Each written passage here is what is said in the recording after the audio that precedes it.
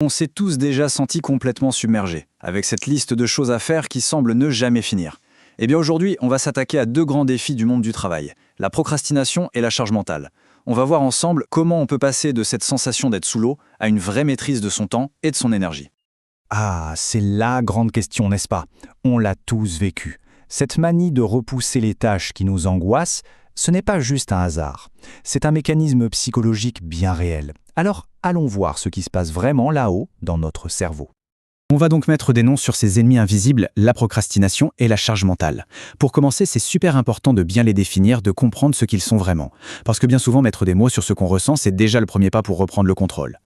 D'abord, la procrastination. Contrairement à ce qu'on pourrait croire, ce n'est pas de la paresse, non. Comme le décrit très bien Asana, c'est une sorte d'incohérence temporelle.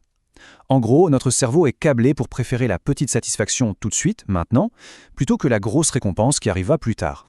Et puis, il y a sa cousine, la charge mentale. My Happy Job la définit parfaitement.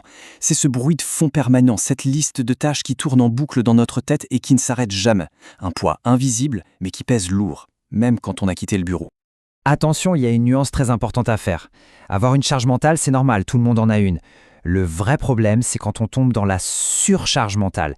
C'est là que le vase déborde, que notre cerveau n'arrive plus à suivre et que le risque de burn-out devient bien réel. Et voilà pourquoi cette surcharge nous guette. Il y a une limite toute simple, une limite biologique. Notre mémoire à court terme, elle ne peut gérer qu'environ 7 choses à la fois. C'est tout. Donc essayer de tout garder en tête, c'est comme essayer de remplir une bouteille avec un tuyau d'incendie. C'est une bataille perdue d'avance. Bon, maintenant qu'on a bien cerné le problème, comment on s'en sort? On pourrait croire qu'il faut juste plus de discipline. Mais l'arme la plus puissante contre ces deux ennemis, ce n'est pas ça. C'est la clarté. C'est notre meilleur allié. Cette citation d'Asana résume absolument tout. La procrastination, elle adore le flou. Quand on ne voit pas à quoi sert une tâche, c'est tellement facile de le repousser. Avoir de la clarté sur le pourquoi on fait les choses, c'est le meilleur antidote qui soit. En fait, la clarté, elle a 3 super pouvoirs. D'abord, elle donne du sens. Chaque petite tâche devient un maillon d'une chaîne plus grande. Ensuite, elle nous aide à voir clair, à prioriser ce qui compte vraiment. Et enfin, elle nous rappelle que l'important, c'est l'objectif final, pas la perfection absolue à chaque étape. Ça enlève une sacrée pression. Ok, la clarté, c'est la stratégie. Mais toute bonne stratégie a besoin d'outils concrets. Alors passons maintenant à la boîte à outils, avec des méthodes pratiques pour s'organiser au quotidien. La technique Pomodoro, c'est un classique, mais c'est diablement efficace. L'idée est simple. On découpe le travail en blocs de 25 minutes de concentration intense, suivi d'une petite pause. Ça rend les grosses montagnes de travail beaucoup moins intimidantes et ça maintient la motivation. Une autre approche qui marche très bien, c'est le time boxing. Là, au lieu de se dire « je travaille sur ce rapport jusqu'à ce qu'il soit fini », on se dit « je passe 1 heure sur ce rapport et c'est tout ». Ça force à être efficace et ça combat cette envie de peaufiner sans fin. Et voici une règle d'or, toute simple mais magique, la règle des 2 minutes. Si une action prend moins de 2 minutes, répondre à un mail, passer un coup de fil rapide, on ne la note pas, on ne la planifie pas, on la fait tout de suite. C'est incroyable comme ça peut désencombrer l'esprit. Et ça nous amène à un point crucial, écrire pour se libérer. Le simple fait de sortir les tâches de sa tête et de les poser sur un support externe, que ce soit un carnet ou une appli, a un effet libérateur. On décharge littéralement notre cerveau.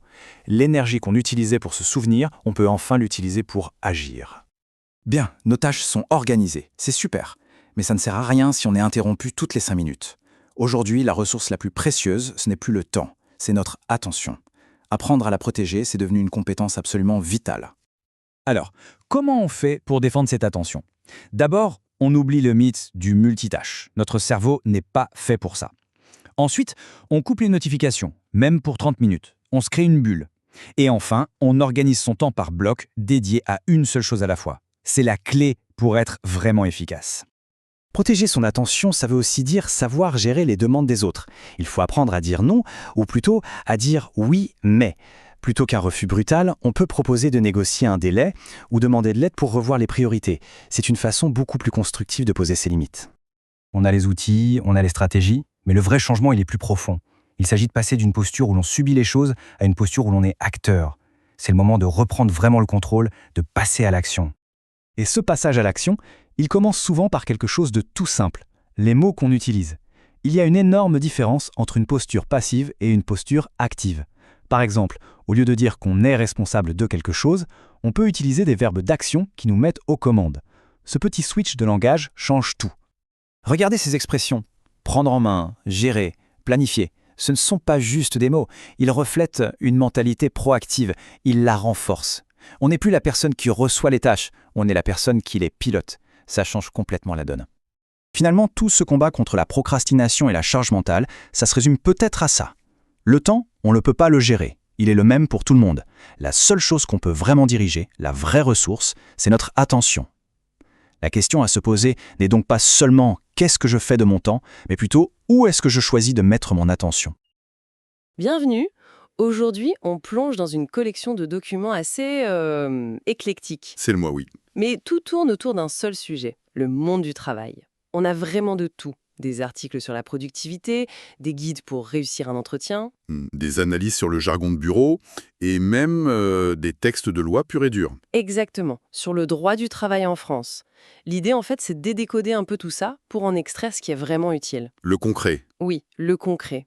Que ce soit pour chercher un emploi ou simplement pour mieux vivre son quotidien au travail. C'est une très bonne approche. Parce que c'est un véritable écosystème, le monde du travail. Avec ses propres règles, son propre langage. Pour y naviguer, on va explorer ça sous 3 angles. D'abord, l'étape cruciale.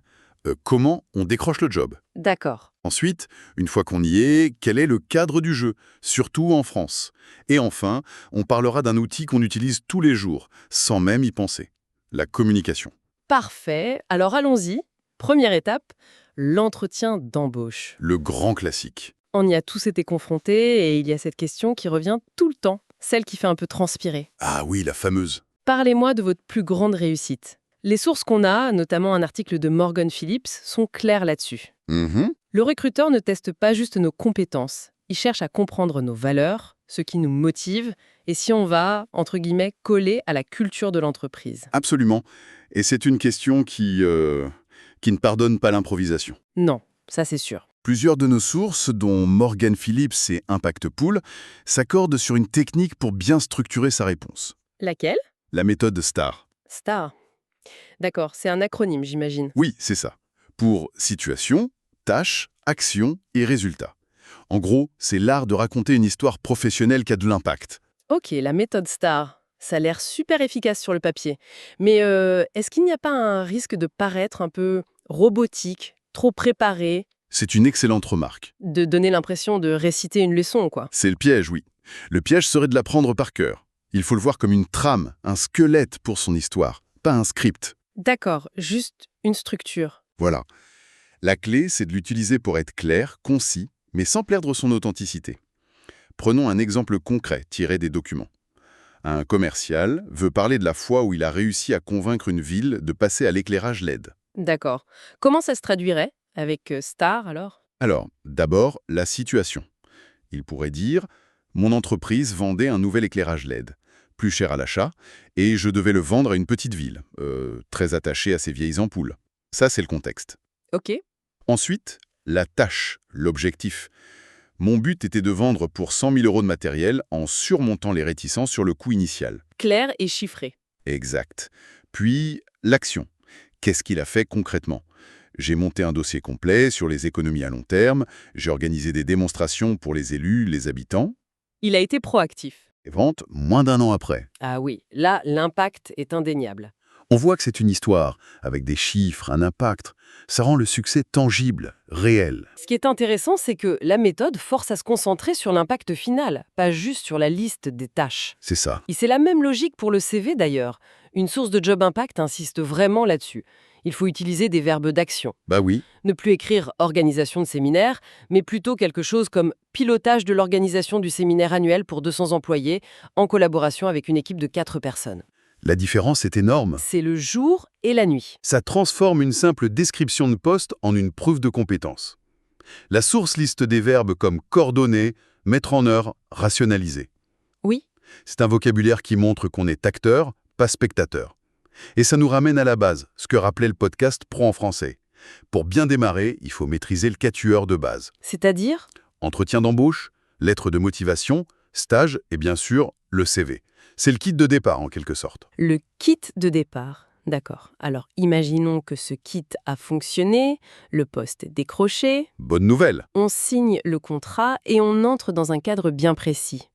Pour quelqu'un qui débute en France, quelle est la chose surprenante ou le cliché à déconstruire sur les fameuses 35 heures? Alors, le plus grand malentendu, je crois, c'est de penser que c'est une durée maximale. Ah oui, En réalité, les 35 heures, ce n'est pas un plafond, c'est un seuil. un seuil? C'est à partir de ce chiffre que les heures supplémentaires commencent à être comptées et donc majorées. C'est la norme de référence. La loi, elle, fixe des limites bien plus hautes. On ne peut pas travailler plus de 10 heures par jour ou 48 heures sur une même semaine. C'est une nuance très importante. Et qu'est-ce qui est considéré comme du travail effectif alors? La pause déjeuner, par exemple, ça compte? En général, non. La définition légale du temps de travail effectif, qui est expliquée dans la source de Payfit, est assez stricte. C'est le temps pendant lequel on est à la disposition de l'employeur sans pouvoir s'occuper de ses affaires personnelles. D'accord, donc la pause déj où on est libre, ça ne compte pas. Exactement. En revanche, l'employeur a une obligation, garantir au moins 20 minutes de pause consécutive pour 6 heures de travail. Ah, ça c'est important. C'est un minimum vital inscrit dans la loi. Bien sûr, il y a des exceptions pour certains statuts, comme les cadres au forfait jour, qui ont un régime complètement différent. D'accord, donc la loi nous donne le cadre, les bornes de notre journée. Mais le vrai défi, c'est souvent ce qui se passe à l'intérieur de ces heures. Je pense à cet ennemi universel, la procrastination. Ah, le fameux « je le ferai demain ». C'est ça. Une source d'Asana propose une approche assez contre-intuitive. Plutôt que de se forcer, de se faire violence, la solution serait la clarté. La clarté? C'est-à-dire C'est-à-dire l'idée de pouvoir relier chaque petite tâche quotidienne à un objectif plus grand, celui de l'équipe ou même de l'entreprise. Quand on comprend pourquoi on fait quelque chose, ça donne du sens. Et ça devient beaucoup plus facile de s'y mettre? Exactement. Ça aide aussi à combattre le perfectionnisme, j'imagine, non? Si l'objectif est clair, on se concentre sur le fait de l'atteindre et moins sur la peur d'être jugé sur la forme. Tout à fait. Et pour gérer le flux de tâches, la source mentionne la méthode GTD, Getting Things Done. Ah oui, j'en ai entendu parler. Le principe est simple, sortir tout ce qu'on a en tête de son cerveau, pour le mettre dans un système externe fiable, un carnet, une application, peu importe. L'esprit est libéré. Voilà, il n'est plus occupé à essayer de tout retenir, il peut se concentrer sur l'action. Ça me fait penser à un autre concept très à la mode, la charge mentale. On en parle beaucoup, mais la source de My Happy Job apporte une distinction que je trouve essentielle. Laquelle ? Avoir des choses en tête, les dossiers à finir, les mails à envoyer, ce n'est pas vraiment la charge mentale, c'est juste le travail. Le problème, c'est la surcharge. Quand ça déborde. Oui, quand ça déborde et que notre cerveau n'arrive plus à suivre. C'est fascinant, parce que la méthode GTD pour la procrastination et les stratégies contre la charge mentale reposent sur le même principe. Ah oui. Oui, ce principe fondamental d'externaliser la charge cognitive, pour libérer de l'espace mental pour la réflexion, la créativité, ce sont vraiment les deux faces de la même pièce. C'est vrai. Et les conséquences de cette surcharge sont loin d'être anodines. L'article cite une étude qui fait un peu froid dans le dos. Près de 9 salariés français sur 10 la citent comme une source de stress et d'anxiété. 9 sur 10, c'est énorme. Et il y a cette notion de double peine pour les femmes, où la charge mentale professionnelle s'ajoute à celle, souvent encore très présente, de la gestion du foyer. Malheureusement, oui. Mais heureusement, les sources proposent des pistes. Pour l'organisation, on retrouve l'idée de vider son cerveau sur une to-do list en découpant les gros projets en petites étapes. Il y a aussi une autre idée forte, la protection de notre attention. Qu'est-ce que ça veut dire concrètement? Ça veut dire couper les notifications, résister à la tentation du multitasking, qui est un LERP de productivité. La méthode Pomodoro est citée. Ah oui, les sessions de 25 minutes. C'est ça. Travailler intensément pendant 25 minutes, puis faire une vraie pause de 5 minutes. Ça force le cerveau à se concentrer, puis à se régénérer. J'adore. Une autre idée qui est proposée, c'est de changer de perspective. À la fin de la journée, au lieu de regarder sa to-do list en se disant « Ah, je n'ai pas eu le temps de faire ça et ça », on fait une did list, la liste de ce qu'on a accompli. Ah bah c'est excellent ça. Ça change complètement l'état d'esprit. On passe de la frustration à la reconnaissance de son propre travail. C'est un vrai changement de logiciel mental. Et la dernière solution, c'est peut-être la plus simple et la plus compliquée en même temps. N'en parler. C'est vrai. La charge mentale est invisible. Le simple fait de la verbaliser en équipe, ça peut aider à la répartir, ou simplement à réaliser que tout le monde est dans le même bateau. Et en parler, ça fait une transition parfaite vers notre dernier point, le langage lui-même. La façon dont on communique, c'est un outil de travail ultra puissant. En effet, Une de nos sources, Français avec Pierre, rappelle une base qu'on oublie parfois. Il n'y a pas un seul français, mais plusieurs registres de langue. D'accord. Il y a le langage soutenu, celui des grands discours, de la littérature. On dirait ces mets sont excellents. Personne ne parle comme ça au bureau. Heureusement. Ensuite, il y a le langage courant ou neutre. C'est celui de la plupart des situations professionnelles.